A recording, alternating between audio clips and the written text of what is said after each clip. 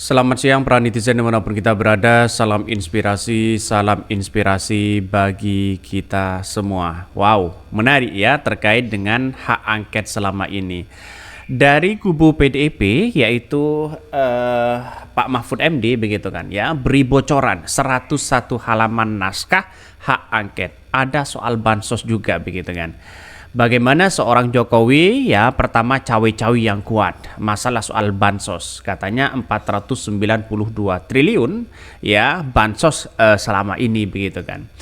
Artinya apa? Apakah ada kaitannya dengan bansos yang diberikan dari seorang Jokowi sampai-sampai begitu kan diberikan di depan istana?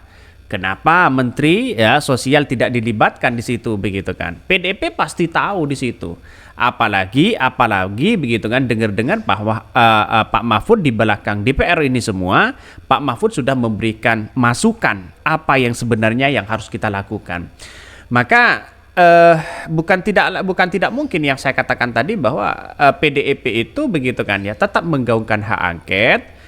Terus kemudian naskah dan hak angket ya sudah dipersiapkan mereka begitu.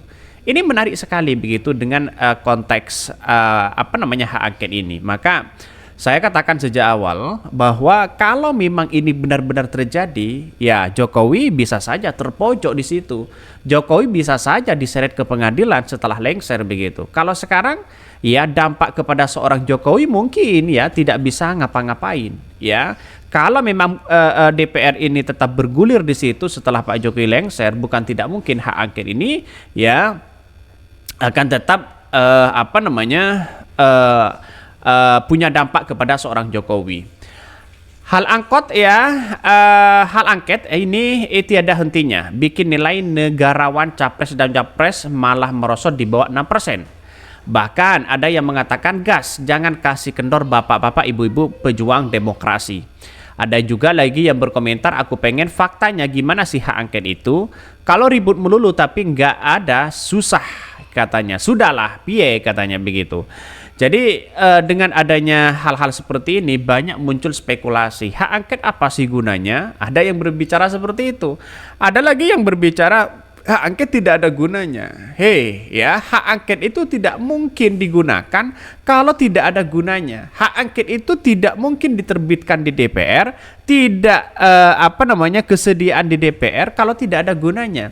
Gunanya adalah untuk mencari titik temu sebagai solusi terakhir, ya, misalnya kecurangan yang ada selama ini, ya. Terus kemudian kecurangan-kecurangan yang ada, dugaan-dugaan yang kemudian intimidasi sana sini, yang dimainkan mereka, cawe-cawe mereka, itu akan ketahuan di situ. Dan yang paling terakhir itu adalah audit, ya. Kalau sudah diaudit bukan tidak mungkin semuanya akan ketahuan begitu. Apalagi KPU begitu. Kalau diaudit secara forensik, mereka akan menemukan titik temu siapa mereka yang bermain dan sebagainya begitu kan. Ini sudah jelas, maka masyarakat dimanapun kita berada harus benar-benar kawal pemilu ini dengan yang baik begitu kan. Kalau pemilu kita itu dikawal dengan baik, insya Allah akan menemukan titik temu di situ begitu. Malah ya dikasih daging pilih malah belimbing sayur. Gambaran IQ di bawah 100 disuruh memilih. Ini komentar-komentar dari netizen. Banyak sekali pro dan kontra begitu kan. Salah satu yang dipersiapkan oleh PDIP di sini begitu kan, yaitu adalah bagaimana nanti bukti-bukti yang real, bukti-bukti yang nyata di persidangan. Mulai dari Kapolda katanya begitu kan. Mulai dari ada kepala desa, ada yang kemudian intimidasi sana sini, ya kita lihat saja di situ begitu kan. Kabarnya begitu kan, ketika ada orang yang kemudian mendukung baik 01 dan 03, mereka dibisikin jangan terlalu vulgar untuk mendukung si A, si B dan si C, katakannya begitu kan. Maka ini mulai diproses secara hukum begitu kan ya, dengan adanya bukti-bukti yang ada, bukan tidak mungkin ini punya kekuatan luar biasa. Ini bukan soal siapa yang menang, soal siapa yang kalah, tapi membuktikan bahwa pemilu itu benar-benar adil dan jujur tanpa ada dugaan-dugaan kecurangan yang ada selama ini. Pak Mahfud MD beri contoh 101 halaman naskah hak angket, ada soal bansos katanya. Calon Wakil Presiden nomor urut 3 Mahfud MD menyatakan naskah akademik untuk mengajukan hak angket DPR soal dugaan kecurangan pemilu di 2024 sudah rampung disusun. Menurutnya, naskah akademik tersebut terdiri dari 100 halaman dan turut mencantumkan pola pandangan serta masukan penting Pak Mahfud. Wow, ini kan sudah ada bocoran-bocoran di situ begitu kan. Artinya apa? Artinya bahwa Pak Mahfud sudah memberikan oret-oretan mana bocoran yang harus kita lakukan, mana yang kemudian kelemahan-kelemahan dari konstitusi ini begitu kan. Pak Mahfud sudah berpengalaman soal-soal seperti itu begitu. Maka ini punya dampak luar biasa kepada hak angket ini begitu kan. Ya, yang terpenting adalah DPR di situ dikumpulkan apakah mereka serius untuk mengusut hak angket. Nah, itu yang saya tanyakan kemarin begitu kan dari teman-teman. Bisakah hak angket itu? Bisa begitu. Karena kurang lebih dari hampir separuh dari kader PDIP katanya begitu kan sudah menandatangani dan sudah siap untuk melanjutkan hak angket. Kita tunggu saja ya. Bahkan satu sisi ya sudah naskah akademisnya satu halaman bagus, saya sudah baca, sudah bertampung semua pendapat saya sehingga saya tidak perlu memberi beban baru, kata Mahfud MD. Masukan penting yang Mahfud berikan adalah untuk naskah akademik tersebut, yakni soal penyalahgunaan wewenang di bidang anggaran. Penyalahgunaan wewenang di bidang anggaran itu aja kalau tidak jadi ya jadi ukuran nanti di situ pelanggaran undang-undang APBN. Bahkan salah satunya kata Mahfud masukan dari dua itu mencakup dengan penyalahgunaan bantuan sosial atau bansos saat pemilu. Maka sebelumnya Mahfud mengaku sudah memegang dan membaca sebagian dari naskah akademik untuk mengajukan hak angket DPR soal dugaan kecurangan pemilu di 2024. Menurutnya sudah ada nama-nama anggota DPR yang akan mengusulkan hak angket, namun ia enggan mengungkapkan siapa saja lantaran hal itu merupakan urusan partai politik. Ia meyakini bahwa rencana angket ini tidak akan mandek di tahap pengusulan. Prediksinya perdebatan alot akan terjadi di tahap persetujuan.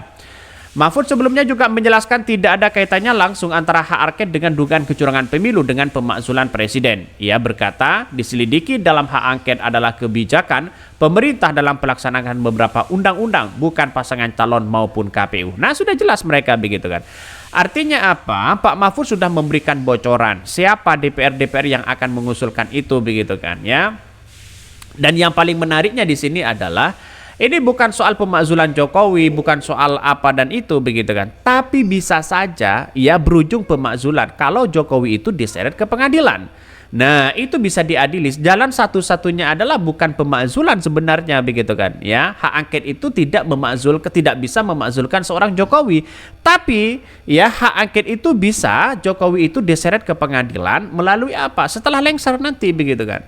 Artinya ini menarik kalau kita kaji secara seksama begitu. Ini bukan tidak mungkin akan berdampak negatif kepada seorang Jokowi di situ ya, karena memang wakil presiden itu misalnya seperti Gibran itu tidak bisa sebagai pelengkap saja begitu kan. Dampaknya mungkin hanya sedikit dan sebagainya. Inilah yang harus kita tahu bahwa masyarakat Indonesia sudah paham. Mari kita kawal bersama-sama hak angket ini begitu kan ya. Bahkan ini sudah dibuka sidang pembukaan begitu kan pada hari Selasa telah mendorong hak angket dari PDIP, dari PKS, terus kemudian dari partai-partai dari 01 dan 03. Ya, saya katakan sejak awal ini bukan tidak mungkin begitu kan. Ini sudah Pak Mahfud sudah belak-belakan ya soal sikap Bu Mega ya dan naskah akademiknya sudah diberikan begitu kan. Sudah siap mereka begitu. Artinya PDIP sudah siap untuk hak angket. Jangan dianggap sepele soal-soal seperti ini begitu. Mungkin itu yang kami sampaikan ya, tonton terus channel Hodari Podcast Rakyat ini karena ada berita-berita menarik dan viral setiap harinya. Salam para netizen, salam inspirasi bagi kita semua. Jangan lupa di subscribe dan YouTube Hodari Podcast Rakyat ini.